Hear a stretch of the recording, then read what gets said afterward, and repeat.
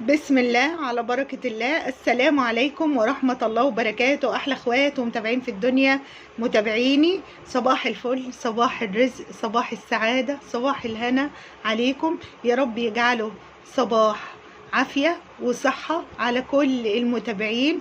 بحب أشكر بكل معاني الشكر للي دعمني بلايك، تعليق، باشتراك. اهلا وسهلا بيك، يا رب اكون ضيفه خفيفه عليكم ونبدا فيديو جديد ورياكت جديد. واللهم صل وسلم وبارك على سيدنا محمد وعلى اله وصحبه وسلم. صلوا على النبي في التعليقات، ادعوا لاهل غزه في التعليقات، ادعوا لهم اضعف الايمان، ندعو لهم يا رب يا رب يا رب يفك الكرب، يا رب كن ليهم نصرا وعونا ويدا وتثبيتا من رب العالمين ليهم. وبندعو كمان لكل المستضعفين في كل البلاد العربية، يا رب احفظ بلدنا، يا رب يحفظنا. طولت عليكم، مش هطول، يلا بينا بسرعة وحكايات اليوتيوب، وناخد حكاية جديدة من حكايات اليوتيوب وقناة جديدة. وأم جوجو سيدة اليوتيوب، سيدة القصر، فراشة اليوتيوب، طلت علينا بالطلة البهية. ولكن منين يا ولاد؟ من راس البر. اهلا اهلا اهلا، راس البر نورت يا ام جوجو. ايه النور ده كله؟ انت فين يا حاجة؟ انا في راس البر. صلوا على النبي، وبعد صلوا على النبي، صلوا على النبي كده، وبعد اللايك والقلوب والمحبة والتعليقات، طلعت علينا ام جوجو وقالت لنا انا ما صيفتش، انا ما لحقتش اصيف يا اولاد، ولا رحت ولا جيت. وعارفين انا ما نزلتش البحر، اي والله، ولا لبست المايو ولا اي حاجه. لقيت مايو يا ام جنى مقاسك؟ ماشي. ولا صيفت ولا رحت ولا جيت ولا نزلنا البحر ولا عملنا اي حاجة.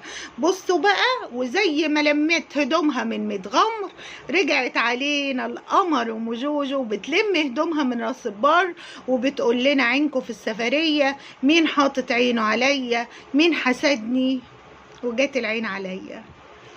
وبعد ما لقيناها يا ولاد بتلم هدومها وهترجع تاني لميت غمر، وقالت يا جماعه انا رايحه وراجعه، ما تزعلوش، انا حاسه انكم زعلتم، لا لا لا لا، ده انا هصيف تاني وهرجع تاني. طيب يا ام جوجو، هو اللي عنده شقه ايجار او جايب شقه ايجار في راس البر، وبما اني من اهل البلد بتاعت راس البر وعايشه فيها هي ودمياط، احب اقولك ان مفيش حاجه اسمها شقه ايجار هتروحي وترجعي، ده كذب. وده اول دليل ان الشقه دي ملك مش ايجار. انت كداب يا ابو صلاح، تكدبش علينا، تكدبيش على المتابعين، عيب عيب عيب كبير. مفيش شقه يا جماعه ايجار هنا في راس البر، لاني موجوده هنا. مفيش حاجه اسمها اروح وارجع، تروحي وترجعي يبقى الشقه ملكك، تمام، بتقفليها خلاص، يبقى انت مش مأجرها، يبقى دي انت الشقه دي ملكك. دي اول حاجه. تاني حاجة يا ام جنى، الشقة بتاعت راس البر وحضرتك بتفرجيها لنا أوضة أوضة، كل العفش جديد نوفي، مفيش حاجة اسمها شقة إيجار يبقى العفش فيها جديد بالمنظر دوت. العفش يا جماعة، الشقق الإيجار بيبقى العفش فيها مستهلك، بيبقى العفش مستهلك. ودي تاني حاجة، ده عفش جديد نوفي بتاع ام جنى، هي شارياه، لكن هي خايفة تقول ان الشقة ملك، ده طبيعي عشان هيقولوا لها من اين لك هذا، من فلوس اليوتيوب؟ اكيد لا، واحنا عارفين ان عليها علامات استفهام كتير. تمام. تاني حاجة العفش جديد. تالت حاجة، وهي بتشيل الملايات عشان هتشيلها بقى وهتسافر، المخدات جديدة نوفي يا جماعة. شقق الإيجار بيبقى العفش مستهلك، والله العظيم مبقاش كده، بتبقاش مخدات متنجدة جديد. الشقة فيها غسالة اوتوماتيك؟ مفيش غسالة اوتوماتيك في شقق إيجار، ولا حتى غسالة عادية، بتبقى من غير أصلا، بتبقى مجرد عفش كده من غير فرش ومن غير ملايات ومن غير اوتوماتيك. ده احنا لفينا معاها شفنا الحلل، في شقة ايجار بحلل. انت كداب يا ابو صلاح، انت كداب. الشقة دي ملكك يا اختي، يا اختي، افتخري كده اما بنعمة ربك فحدث يا ام جنى. انا عايزاكي تبقى عندك ثقة من نفسك. خايفة ليه؟ انت خايفة ليه تقولي انها ملكك؟ ما تقلقيش، احنا عارفين ان مش من اليوتيوب خالص، من حاجات تانية. المهم يا جماعه طلعت علينا وقالت لنا انتوا باصين لي في السفريه، مين يا ام جنى اللي بصلك في السفريه؟ احنا مش عارفين. المهم انا تعبانه والشقق اقدام، ومن يوم ما جه الشقق اقدام، والشقه دي اقدامها زي الزفت عليا، واتخانقت وعييت. نفس الكلام اللي قالته على شقه متغمر الجديده، نفس الكلام. الشقق اقدام، يعني هي ما فكرتش مثلا ان مصر كلها معاها في السفريه، ما فكرتش مثلا ان هي فاتحه بيتها عمال على بطال كل حاجه احنا شايفينها في بيتها، ما فكرتش. لكن هي بتقولك ان الشقق اقدام. لو دورتي على النحس دوري في نفسك، دوري جوه نفسك، اعرفي الحسد جاي منين يا ام جنى. اكيد مش من المتابعين اللي انت فاتحه لهم بيتك ليل ونهار، او مش من المتابعين اللي عملوكي. حد باصص. وبعدين يا ام جنى بتفرجينا الادويه صنف صنف، فلوريست ده كذا، وانا هجيب لابني كذا، وانا هعمل لكذا.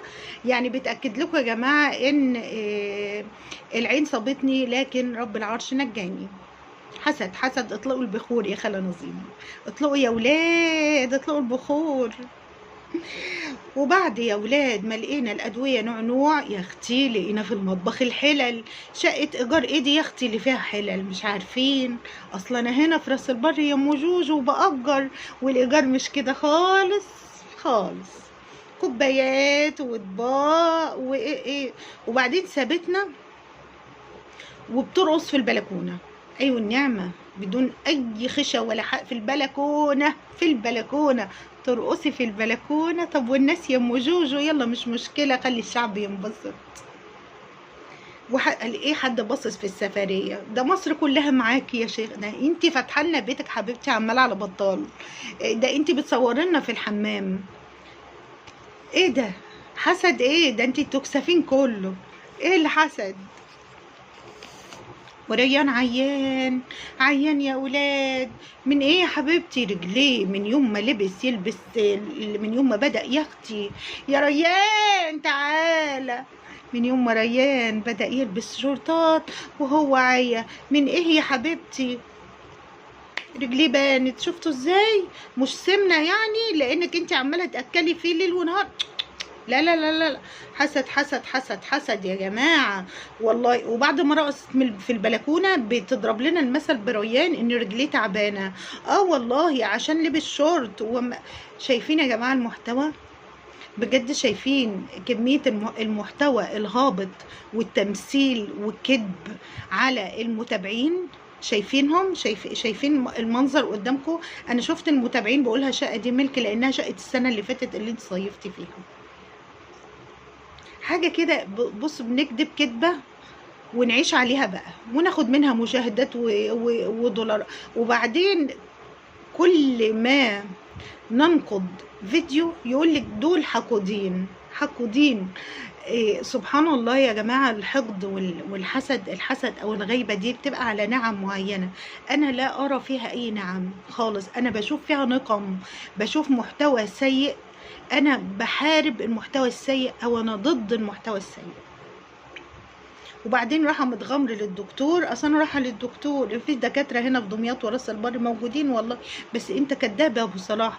واضح ان انت رايحه يتحقق معاك يا مجنى مثلا في البلاغات مثلا، صح؟ ونكمل مع بعض بقى ونشوف حكايه المتابعين يا ولاد. مالهم بقى المتابعين؟ تمام يا جماعه، المتابعين من المتابعين وما ادراك من متابعين. انتوا يا جماعة اللي عملتوا أم جنى، عملتوا ست مغرورة تطلع علينا بالغرور وتقول لنا انتوا بسطولي في السفرية وادي نتيجة الحسد. اديني عيانة جدا جدا انا وولادي ما عدا مازن. والله مازن يعني ابن البطة السوداء هو اللي معياش، زعلانة قوي ان هو معياش اخر زمن. وبعد ما فرجتنا يا جماعه الادويه نوع نوع، تعالى يا مازن. طبعا الشغال بتاعها المرمطون بتاعها مازن قالت له تعالى ورايا صور. واذ فجاه بعد ما نلف في الاوض نلاقي العفش كله جديد، العفش جديد.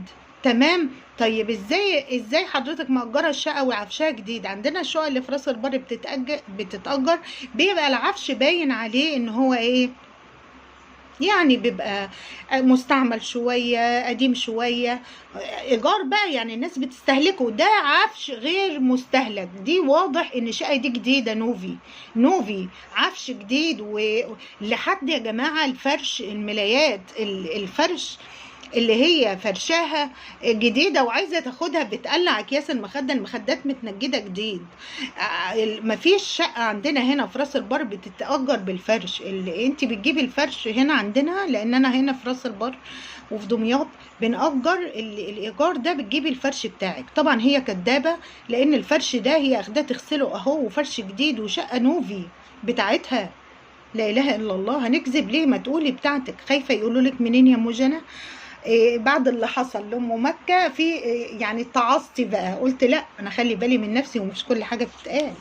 بس باين، لان السنه اللي فاتت انت مصيفه في الشقه دي ومفيش شقه ايجار عفشها جديد. وتعالى ورايا يا ماس، تعالى يا واد، قول له بصي مجنى، تعالى ولا يلا يا واد ورايا زفت. تلوش باسمه، عيب، ده المرمطون يا شيخ. ونفوجئ يا جماعه بالحلل في المطبخ. والله العظيم ما في شقة بتتأجر بالحلل والاطباق دي. حلل واطباق ييا شيخ، وغسالة اوتوماتيك وتكييفات. الله، انت في انهي راس البر يا قلبي؟ ايه الكذب ده؟ كذب بمان، بقول لكم الكذب ده ما يسكتش عليه. كوبايات واطباق وحلل وفرش جديد، وايه ده؟ لا، وفجأة يا جماعة تطلع البلكونة ترقص. والله رقص بقى في البلكونه. واللي كان بيغير ويحط التندة فجأة الغيرة راحت، الحمشنة بتاعت مازن راحت، وتقول هو ده اللي بنكد عليا. نبي انتوا حلوين بس هو اللي وحش. ورقص وقلة أدب وخلاعة وانحطاط أخلاقي في البلكونة. والله روحوا شوفوا اتفرجوا عليه، لأن ما ينفعش إن أنا أحط جزء من الفيديو. على طول أم الأذى بتقفل القنوات. لا، وتقول لنا الشقة أقدام أعتاب. من يوم ما جيت الشقة دي وانا تعبانه وبشاكل، والله بتخانق. شايفين مازن المرمطون ده؟ بتخانق معاه على طول. نفس الكلام اللي قالته على الشقه التانيه بالظبط. كلام مستهلك للاستهلاك في الفيديوهات، عشان الدقايق تتعد والحسابه بتحسب والدولارات تشتغل على محتوى هابط. ايه القرف ده بجد؟ قال لي الشقق اقدام. والله انت اللي اقدمك باين عليه، والله النحس جاي منك انت. قال لي يا عيانه يا بتخانق. وانت يا اختي ما تصوريش حضرتك خايفه من الحسد وطلوع البخور بقى يا خالة النظيم. ويا بنتي يا جانا تعالي ودي ريان يا بجد حاجه كده تخلي الواحد يعني ايه، مش عايز ياكل ولا يقعد كده اول ما بشوفك بجد. لا حول ولا قوه الا بالله.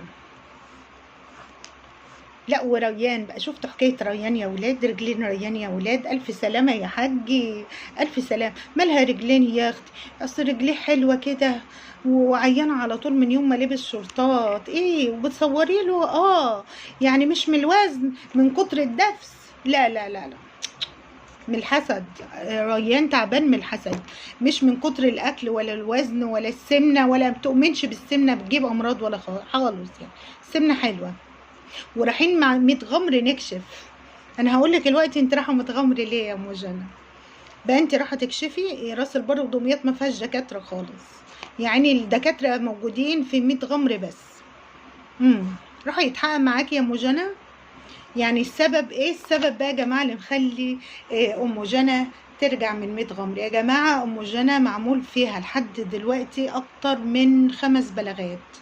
في 2 بلاغ قدام النائب العام من محامي، انا ذاكره اسمه قبل كده تقريبا، استاذ محمد عيسى. معمول فيها بلاغ قدام النائب العام وقيد التحقيق. وارد جدا ان يكون هذا الاختفاء او اختفاء ام جنى بسبب التحقيقات معاها، لان معمول فيها 5 بلاغات. في 2 بلاغ قدام النائب العام فيهم محتوى سيء، فساد اخلاقي، اموال، شبهه غسيل اموال، اموال مجهوله المصدر عندها، كل الحاجات دي. وفي محامي تاني كان نازل برضو في فيديو قايل ان البلاغ قدام النائب العام كمان متقدم فيها في حقوق، في مركز حقوق الاطفال تقريبا، حاجه كده بالاسم ده، اسمه ذكروني، حاجه في حقوق الطفل، حاجة للطفل في مصر والقاهرة، متقدم فيها 3 بلاغات بابنها مازن ان هي بتتاجر بيه، وان الولد متبهدل معاها ومثبوت في الفيديوهات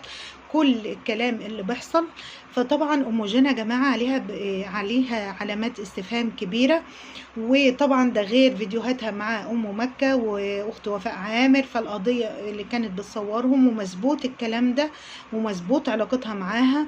فطبعا الكلام ده كله قيد التحقيق، فهي اختفائها 5 أيام والله أعلى وأعلم بيتم التحقيق معاها، لأن في بلاغات كتير ووارد يكون فعلا، لأن هي طبعا بتعبد الفلوس عبادة، الفلوس عندها هي ومازن أهم حاجة، ما يهمهاش حرمة بيت وخصوصيات وأولاد ما يهمهاش ايه الكلام ده، هي يهمها الفلوس.